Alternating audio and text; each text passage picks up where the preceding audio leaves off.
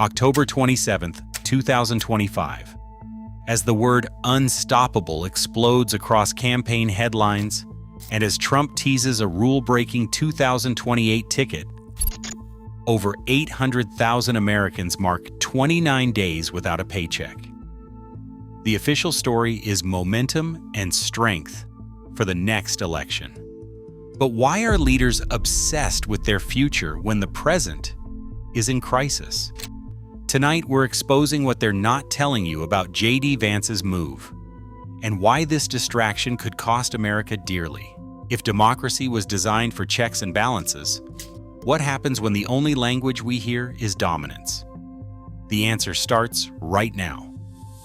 On October 27, 2025, the word unstoppable leapt from a single interview on NBC Montana into the bloodstream of American politics. Within hours of President Trump's offhand remark about a Vance Rubio ticket, allied media outlets, party influencers, and official campaign accounts carried the term nationwide. Hashtags multiplied, podcasts repeated the phrase, and by the next morning, hats and shirts reading Unstoppable 2028 appeared for sale across RNC channels and grassroots websites. The speed was no accident. Campaign strategists and digital teams had graphics ready to go, amplifying the message long before the first headline cooled.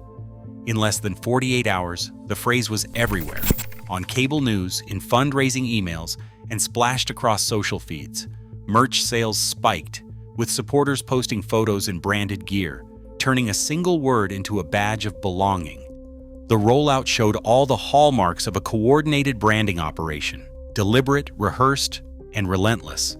Each repetition of unstoppable was not just about hype. It was a signal to opponents and allies alike that resistance was pointless. The contest over before it began. The phrase crowded out debate, flattening the complex reality of a nation in crisis into a single triumphant slogan. As the campaign machine pushed the term into every corner of the political conversation, the language of inevitability replaced the language of choice. What began as a word in a single interview became a rallying cry, a meme, and a warning. But in a democracy built on checks and balances, nothing is supposed to be unstoppable. The founders wrote a system designed to withstand exactly this kind of dominance. When unstoppable becomes the headline, it is not just branding. It is a challenge to the very idea that the people, not the powerful, are meant to decide. The word unstoppable stands in sharp contrast to the system the founders designed.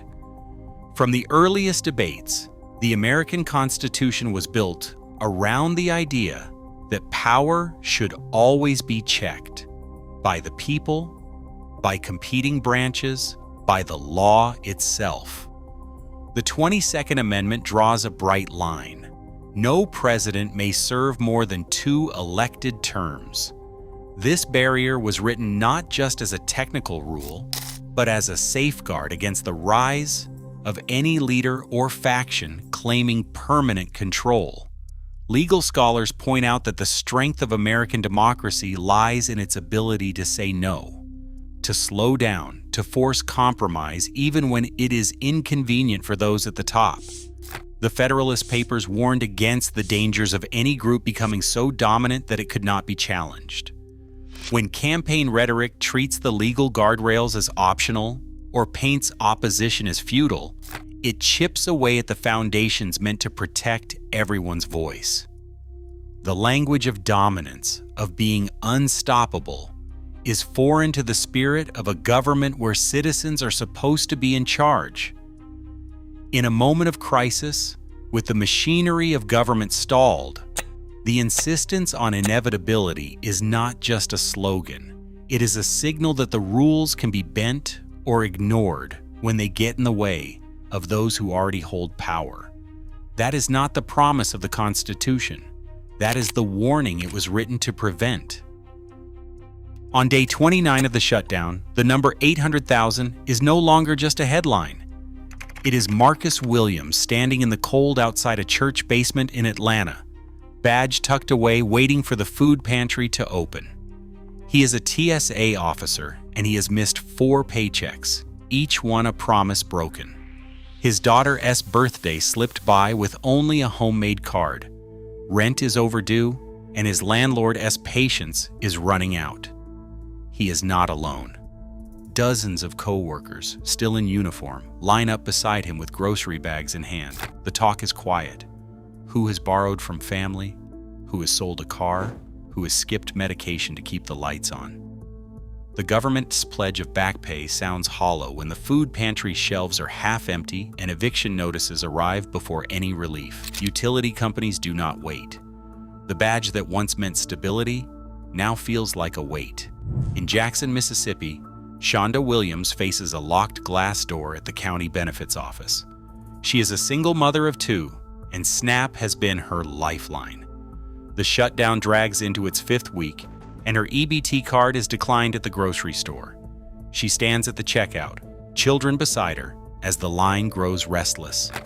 The cashier shrugs. There is nothing she can do. Shonda's grocery receipts pile up, her credit card balance climbs. She calls the state hotline, but the only answer is a recorded message. Due to the federal shutdown, services are temporarily unavailable. At home, she counts cans, stretches meals, and tries to keep her children from noticing the worry in her voice. November feels far away, but the anxiety grows with every day the shutdown drags on. She is not the only one. Across the country, 39 million Americans rely on SNAP, and the uncertainty spreads from kitchen to kitchen. Dr. Aaron Patel, a scientist at the National Institutes of Health, arrives at his lab in Bethesda to find the doors locked and the lights off. His team has spent months tracking antibiotic-resistant bacteria, racing against time to develop new treatments. On day 29, the experiments are ruined. Samples spoiled, cultures dead, data lost. The timeline for a new drug trial is pushed back indefinitely. Patel stands in the empty hallway reading the official notice. All federally funded research suspended until further notice. Years of work hang in limbo. Colleagues email from home, worried about grant deadlines and the future of their projects. The shutdown does not just pause science, it erases progress. Critical research on diseases like Alzheimer's, cancer, and influenza stalls. Clinical trials for patients with no other options are postponed. The cost is measured not just in dollars, but in discoveries never made, treatments delayed, and hope deferred. In a small Ohio town, Greg Sandoval walks the floor of River Forge Fabrication, his footsteps echoing in the silence. His business depends on a government contract worth $225,000, now frozen. The machines that once shaped steel for infrastructure projects sit idle, gathering dust. Sandoval has maxed out his personal credit line to cover payroll, but 2 workers have already been laid off. He has written to his bank, "Cannot bridge another payroll cycle without federal payment. Risk default." The phones ring, but it is creditors, not customers. Every day he weighs which bills to pay, which suppliers to beg for more time. The shutdown ripples outward. Families lose income, local stores see fewer customers, and the sense of security that once came with a government contract evaporates. For small business owners like Sandoval, the shutdown is not just a delay, it is an existential threat. Along the Atlantic coast, the Coast Guard crew at Cape May pulls on their uniforms and heads out, paychecks or not. This week alone, they have responded to 3 rescue calls. Boats adrift, a family stranded by a sudden storm. Each mission is logged, each success shadowed by the knowledge that pay stopped weeks ago. Since day 25, fuel rations have been ordered. Repairs are postponed, overtime is canceled, and some families visit food banks set up on base. Morale sinks, but the work doesn't stop. The ocean doesn't wait for Congress to act. The risks remain. Rough seas, unpredictable weather, lives on the line. For these men and women, service means showing up, paycheck or not. But the strain grows with every day the shutdown continues. These are not just numbers or statistics. They are the reality for Americans whose lives depend on the quiet machinery of government. The shutdown is missed meals, lost research, empty factories, and frontline workers risking everything with no guarantee of pay. While slogans about resilience and toughness circulate online, the people holding the country together are left waiting for a sign that anyone in power remembers. Day 29 is not just a date. It is a month of broken promises, a test of endurance, and a measure of how much hardship ordinary people can bear while leaders look away. Fiona Graham wakes before sunrise, her phone already buzzing with shift requests. She is a pediatric nurse at a federal hospital in Alexandria, Virginia, and her partner, an Environmental Protection Agency scientist, has not been paid in a month. By the 5th week of the shutdown, Fiona's household has lost over $5,000 in income. The hospital covers only 80% of her usual pay, scraping together emergency funds to keep staff on the floor. Federal childcare subsidies have vanished, adding $700 to their monthly bills. Medical copay assistance is suspended. Fiona's last 2 pay stubs show the shortfall in black and white. She picks up back-to-back 12-hour shifts, her exhaustion growing with each double. As colleagues drop out to find temp work or side jobs, at home, Fiona stretches groceries, skips meals, and wonders how long they can hold out. Her kids ask why their after-school program is closed.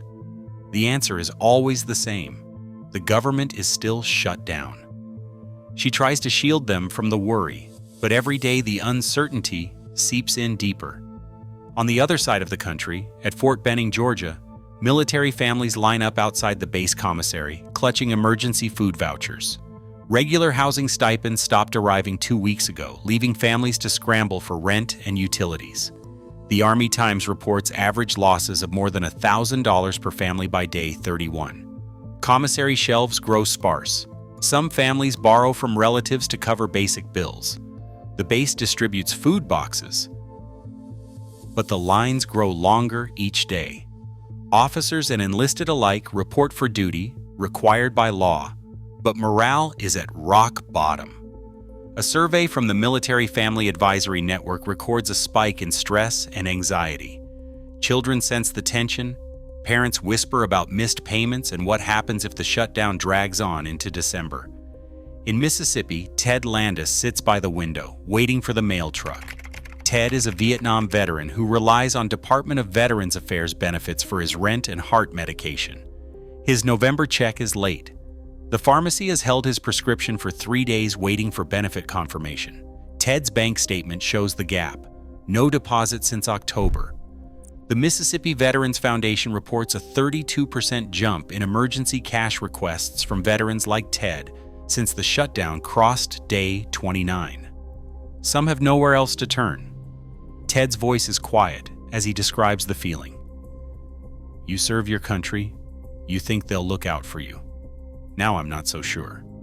Farther north, the Ramirez family from Ohio parks their minivan at the locked gates of Yellowstone National Park.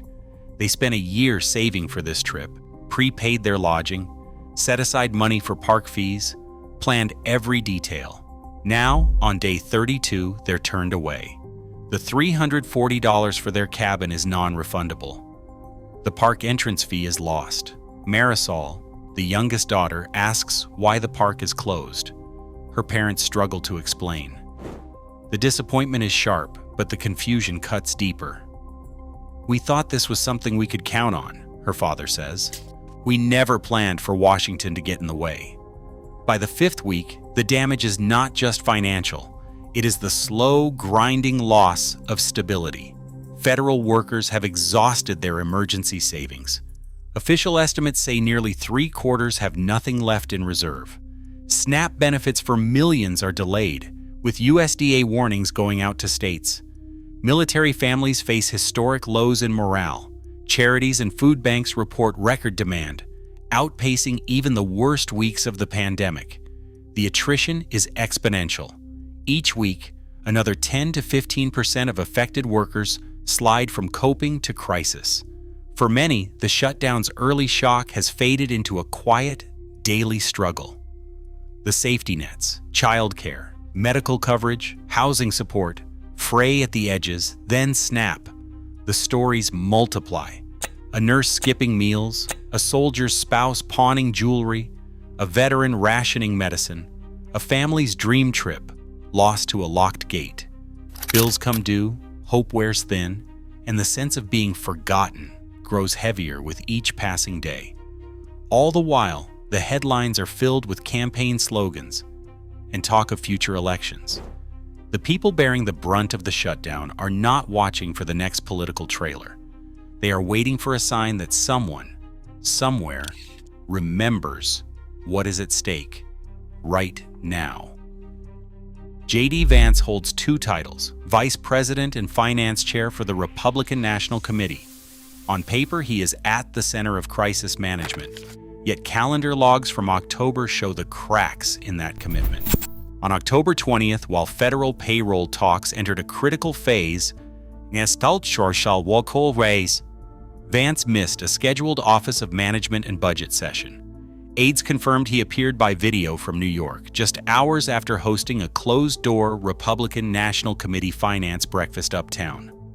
No formal recusal was filed, and his absence from the in-person meeting left senior staff scrambling to brief him remotely. While millions waited for answers on paychecks and benefits, the vice president's day was split between managing a national emergency and cultivating party donors. The conflict was not theoretical. It was logged, time-stamped, and felt in the rooms where decisions stalled. In a moment demanding full attention, priorities were divided.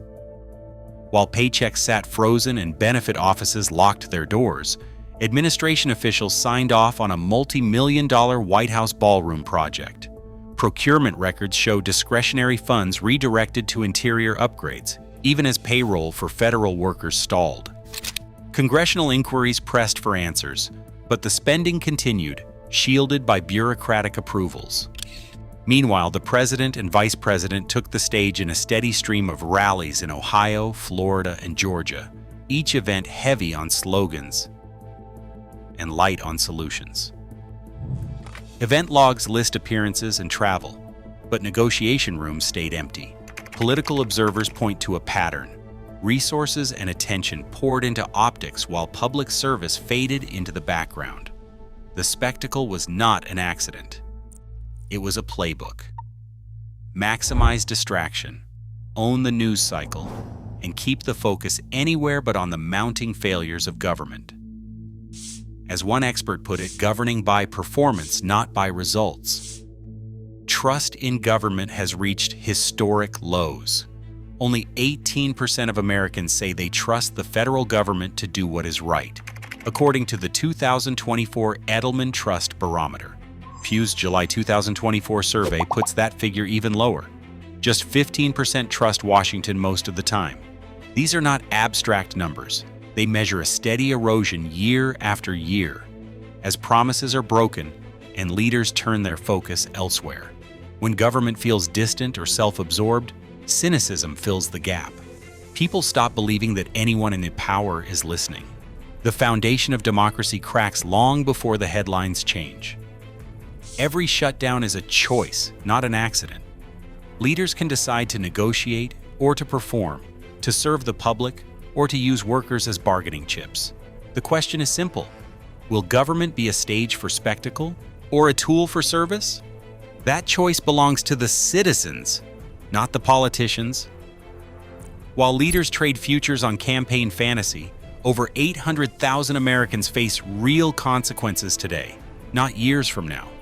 Trust in government sits at historic lows, with just 39% of Americans expressing confidence. The stakes are not distant. They are at our doorsteps. Democracy is not a spectacle to watch. It is a responsibility to claim. Who gets held accountable tomorrow depends on what we demand today.